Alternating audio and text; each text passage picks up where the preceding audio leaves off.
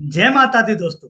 दोस्तों, आज मार्केट में सेकंड कंसेक्यूटिव डे है जब हमें लॉस हुआ है। मार्केट का आज जो डायरेक्शन था, मार्केट अपने किसी सपोर्ट को मानने को तैयार ही नहीं थी, जबकि अभी मार्केट अपने छोटे छोटे सपोर्ट को भी फॉलो कर रही थी। लेकिन आज मार्केट में किसी सपोर्ट को मानने को तैयार नहीं थी। तो समझिए, यही एक लर्निंग है कि आपको मानना पड़ता है कि हर रोज मार्केट आपके डायरेक्शन में मूव नहीं करता है। कभी कभी मार्केट अपना खुद का डायरेक्शन तय करता है और हम सभी उसमें फंस जाते हैं। इसलिए दोस्तों, ये बोला जाता है कि गिरते हुए मार्केट का कोई सपोर्ट नहीं होता और उठते हुए मार्केट का कोई रेजिस्टेंस नहीं होता है। और यही वजह है मैंने हमेशा आपको हेज ट्रेड करने के लिए बोला है कि आपने ये देखा होगा कि मार्केट कितना भी नीचे गिर रही होगी, आपका लॉस मैक्सिमम निफ्टी में या बैंक निफ्टी में 900 से 1000 के बीच में ही रही होगी, उससे ऊपर नहीं गई होगी। आज हमें भी लॉस हुआ है। क्यों? ठीक ना। मेरा लॉस आज कम हुआ क्योंकि बैंक निफ्टी का एक्सपायरी ट्रेड मेरे फेवर में रहा। बाकी निफ्टी में मैंने 2 ट्रेड लिया आज और दोनों ही ट्रेड, ठीक ना, मेरे रिवर्स रहे। तो चलिए देखते हैं मार्केट में आज क्या हुआ। तो चलिए अपने वीडियो को कंटिन्यू करते हैं।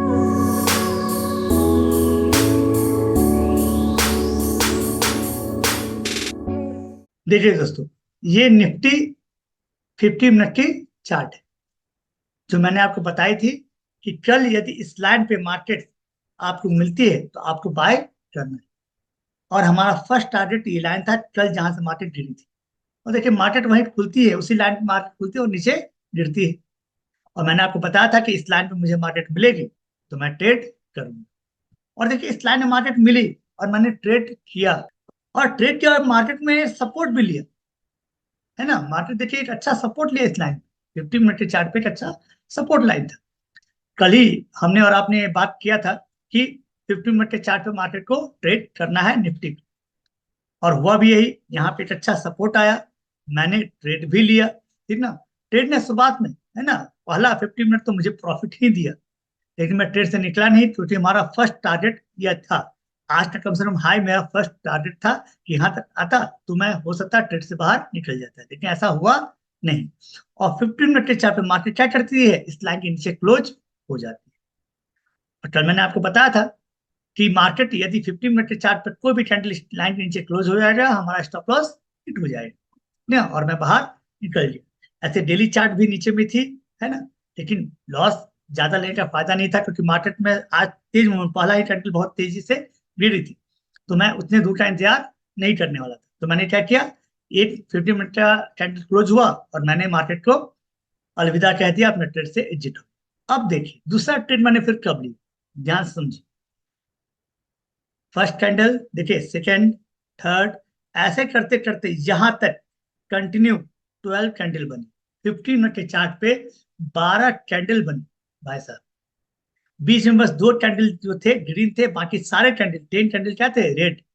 और 2 कैंडल क्या थे, ग्रीन, है ना। हुआ क्या, देखिए ध्यान से समझिए इस कैंडल को, है ना। ये कैंडल भाई साहब हैमर क्या बनी, है ना। और हमने आपने पढ़ा है, पहले ही हमने ये डिस्कस किया हुआ पहले ही किसी वीडियो में कि यदि 8 कैंडल के बाद कोई हैमर बनती है या 8वां कैंडल ही कोई हैमर बना देती है लगातार गिरते हुए मार्केट में, तो हम और आप ट्रेड करते हैं। देखिए हैमर बनती है, इसके ऊपर ही मार्केट जाती है, जैसे ही हैमर के ऊपर जाती है मैं ट्रेड में इंटर कर जाता हूँ वैसे। और फिर देखिए, फिर ये 50 कैंडल मुझे प्रॉफिट देता है। नहीं, क्या इतने छोटे प्रॉफिट में निकल पाना संभव है? नहीं, है ना। और फिर ये मार्केट गिरती है और जैसे ही, है ना, इस हैमर के नीचे आती है, मैं स्टॉप लॉस हिट हो जाता है और मैं दूसरी बार भी निफ्टी में फिर से फेल हो जाता हूँ। और दोनों ही ट्रेड ने मुझे क्या दिया, लॉस। ठीक ना। आप देख सकते हैं कितना सुंदर चार्ट बना। ये जो कैंडल बनी ना, ये 12 कैंडल के बाद, तो मैं मन में ये विचार आया कि आज तो सारे कल के भी लॉस और सुबह में जो लॉस हो चुके थे उसे भी मैं आज रिकवर कर देना है। ठीक ना, क्योंकि मुझे बड़ा खुशी हुआ और मैं ऐसा ट्रेड हमेशा करता हूँ। यदि 7 कैंडल बाद, 8 कैंडल के बाद मुझे हैमर दिख जाए इस तरीके के मार्केट में, ट्रेड करना ही करना है। मैं अपने आप को फिर वहां रोकता नहीं हूँ।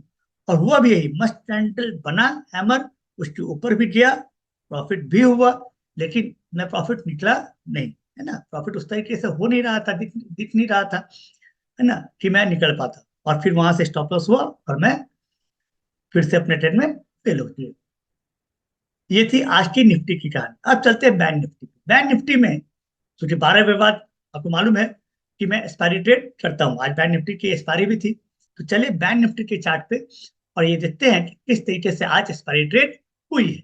देखिए दोस्तों, ये निफ्टी बैंक की 5 मिनट की चार्ट है।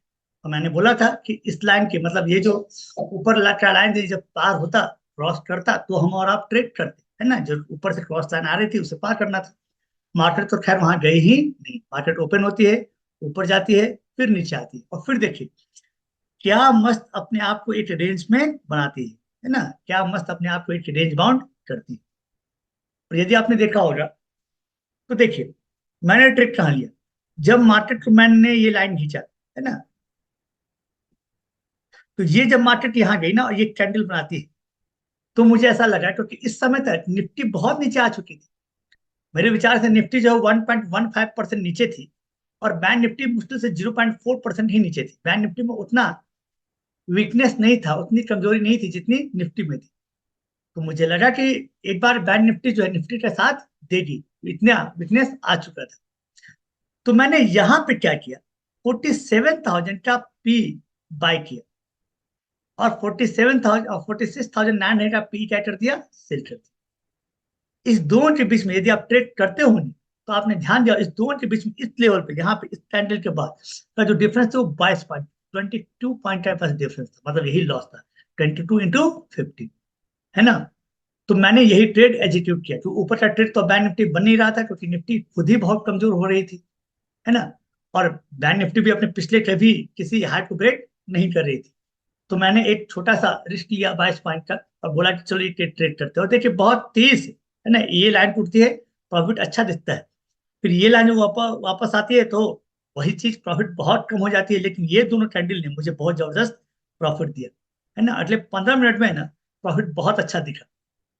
और मेरा जो निफ्टी का लॉस था, ठीक ना, तकरीबन बहुत ज्यादा था, तो आज बैंक निफ्टी ने उसको मैनेज किया, और एक लॉट मैंने जो आज तीनों ट्रेड किए, तो नेट जो लॉस निकल गया, लॉस ही हुआ, प्रॉफिट में नहीं आया। अल्टीमेटली 618 रुपए के लॉस थे सिंगल लॉट पे, निफ्टी बैंक निफ्टी, है ना। निफ्टी में मैंने दो ट्रेड लिया था, सबका एवरेज मिला के जो मुझे आज लॉस में बंद करना पड़ा, 618 रुपए सिंगल लॉट पे मैंने ये पूरा बंद किया। ये नहीं होता तो शायद ये लॉस और ज्यादा बड़ा। तो बैंक निफ्टी ने मेरे साइड में मूवमेंट किया, और लॉस को मैंने थोड़ा सा न्यूट्रलाइज कर दी। अब दोस्तों कल की बात करते हैं, कल निफ्टी की एक्सपायरी है। तो चलिए कल देखते हैं फिर से निफ्टी पे कि निफ्टी पे हम और आप क्या कर सकते हैं। देखिए दोस्तों, ये निफ्टी की डेली चार्ट है, और ऑब्वियस है निफ्टी अपने इसी पैटर्न को फॉलो कर रही है ना। ये मेरा विश्वास था कि एक बार निफ्टी इस लाइन को टच करती ना फिर गिरती, तो मैं तैयार था यहाँ सेल करने। बीच में ही मैं तैयार नहीं हुआ सेल करने के लिए, ठीक ना, क्योंकि मुझे उम्मीद नहीं थी निफ्टी यहाँ से गिरेगी। अब देखिए कहानी क्या बनी। आप यदि देख रहे हैं तो देखिए ये 50 डेज की मूविंग एवरेज है ना, 50 डेज की मूविंग एवरेज।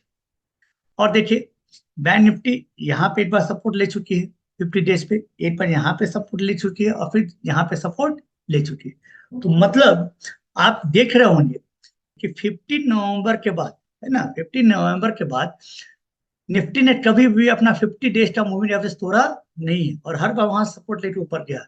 और फिर से निफ्टी की 50 डेज की मूविंग एवरेज है 21,889, फिर से ये है। तो यदि मार्केट इसे गैप डाउन नहीं करती है, मार्केट कल इससे गैप डाउन नहीं करती है और इसके आसपास आती है, तो फिर से हमें और आपको बाई करना है। क्योंकि 50 डेज का मूविंग एवरेज देखिए पिछले पैटर्न को देखकर ही ट्रेड किया जा सकता है ना, और कोई पैटर्न नहीं है। कोई ऐसा नहीं है कि 2 दिन से लॉस हुआ था अब हम अपने पैटर्न को चेंज कर देते, ऐसे ट्रेड नहीं होता भाई साहब, है ना। देखना है कि ठीक है मोमेंटम है, लेकिन जब पिछले 3 टाइम से बैंक निफ्टी जो है अपने 50 डेज के मूविंग एवरेज को फॉलो कर रही है, कल भी करेगी।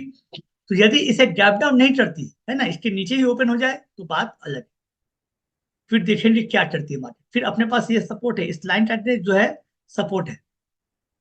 तो देखते हैं मार्केट क्या करती है, लेकिन यदि इसको ऊपर कहीं खुलती है और फिर से 21,889 के आसपास मार्केट मिल जाए, है ना, तो आप क्या कर सकते हैं, आप ये कर सकते हैं कि आप फिर बाय के लिए जा सकते हैं, 21,900 का सी आप बाय कर ले और 21,950 का सी क्या कर दे, सेल कर। सिंपल सा ट्रेड ये बनेगा डेली चार्ट को देख कर, क्योंकि वहां नीचे 50 डेज का मूविंग एवरेज है। तो एक बार मार्केट में उसे तोड़ा नहीं है पिछले 3-4 महीने में, तो उम्मीद करता हूं कल भी इसे फॉलो कर